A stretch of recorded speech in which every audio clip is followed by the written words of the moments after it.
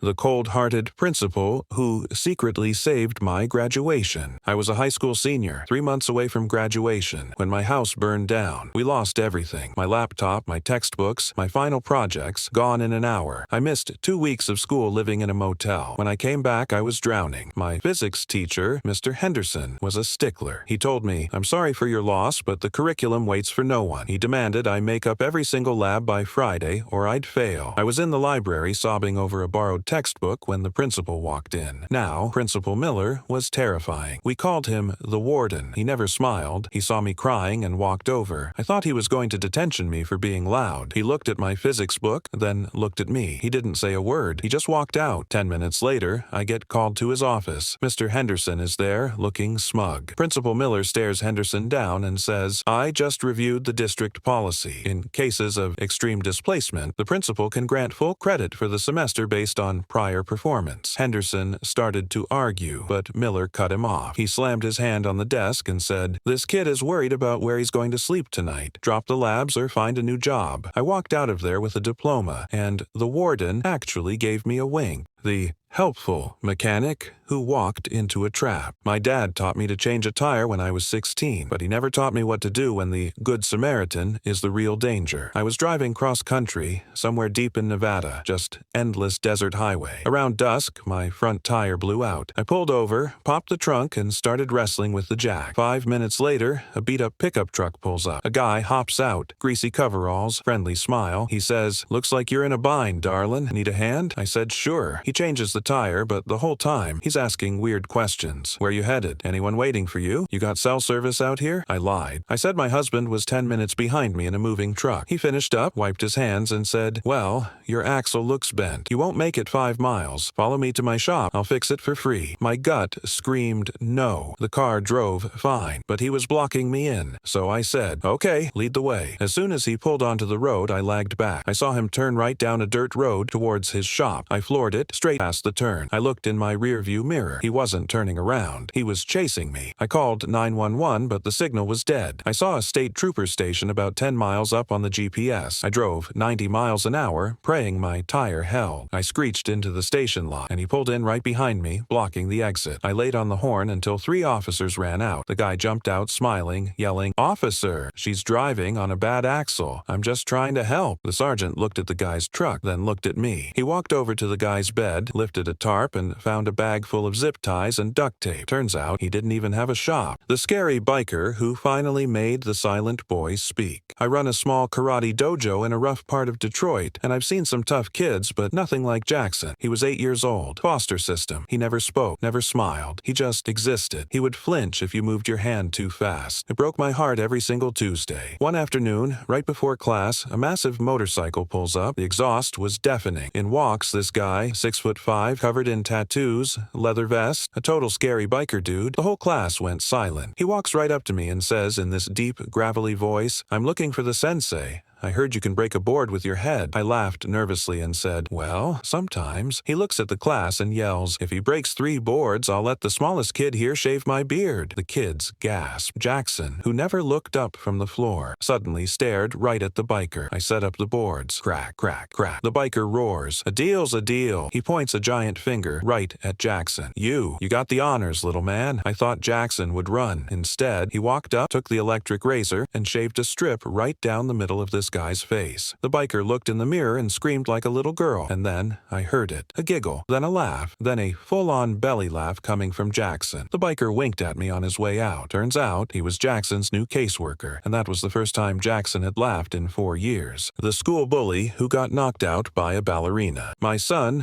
is the quiet kid. He's 5'0", plays violin, and wouldn't hurt a fly. But last week, he sent the school bully to the emergency room, and honestly, I wanted to give him a high five. See, there's this kid, Brock. He's twice Leo's size and has been terrorizing the hallway for months, shoving kids into lockers, stealing lunches. You know the type. Leo never said a word. He just took it. But on Thursday, Brock decided to target a girl in Leo's orchestra class. She has cerebral palsy and walks with crutches. Brock thought it would be funny to kick one of her crutches out from under her while she was carrying her lunch tray. She started to fall, and that's when Leo snapped. Now, what Brock didn't know is that Leo has been taking ballet since he was 4. His His core strength is insane. As Brock laughed, Leo didn't throw a punch, he just pirouetted. He spun, caught Brock off balance, and used his own momentum to sweep his legs. Brock hit the linoleum hard, like out cold hard. I got called to the principal's office. Brock's parents were screaming about lawsuits and assault. Then the principal played the security footage. We watched Brock torment that poor girl, and we watched my 90-pound son drop him with the grace of a professional dancer. Brock's dad went silent. He stood up, looked at his son, who was sporting a massive ice pack, and said, "You got beaten up by a violinist? Get in the car." Leo didn't get suspended. In fact, the principal winked at me and said, "I think that was just self-defense. The tooth fairy who bankrupted a mean mom." You ever seen instant karma happen in real time? Because I have, and it was glorious. I was waiting in line at the grocery store, totally zoned out. In front of me was this exhausted dad, holding a little girl who was crying because her tooth was loose and hurting her. Behind them was Karen. You know the type, expensive purse, impatient sighing, tapping her foot. She leans forward and snaps at the dad. "Can you shut her up? Some of us have places to be." The dad apologizes, looking defeated. But Karen isn't done. She looks at the crying girl and says, "Really nasty. You know, if you keep crying, the tooth fairy is going to skip your house." She hates crybabies. The little girl's eyes go wide. She looks terrified. Suddenly, this guy in a suit behind me steps up. He looks like a CEO or something. Very official. He kneels down to the girl and says, "Actually, I just got off the phone with the tooth fairy. She's my boss." The girl stops crying. "Really?" He nods. "Yep, and she told me that because you were so brave today. The going rate for that tooth is $100. He pulls a crisp $100 bill out of his wallet and hands it to the dad. Then he turns to Karen. He smiles, a super fake customer service smile, and says, "Oh, and she also mentioned that rude adults get audited." Karen turned pale. The checkout clerk actually started clapping. The scary professor who wore a tutu to class. Everyone on campus was terrified of Professor Higgins. He taught advanced calculus, he was 6'4", and he never smiled. Rumor was he failed half the class just for fun. But one Tuesday in October, the door slams open, and in walks this terrifying, stoic man, wearing a bright pink sparkly ballerina tutu over his suit pants. The class went dead silent. Nobody dared to laugh. We thought he lost a bet. He walked to the chalkboard, picked up a piece of chalk, and started writing equations like nothing was wrong. The tutu was just swishing around while he lectured on derivatives. Halfway through the class, a girl in the front row nervously raised her hand and asked, "Professor, nice outfit?" He stopped writing. He turned around, and for the first time all semester, his face softened. He looked down at the pink tool and said, "My 4-year-old daughter has her first chemo treatment today. She was scared to go in alone, so I promised her that if she was brave enough to wear her hospital gown, I'd be brave enough to wear her favorite skirt to work." He cleared his throat, turned back to the board, and said, "Now, who can solve for X?" I swear, you could hear a pin drop. Then the entire back row started clapping.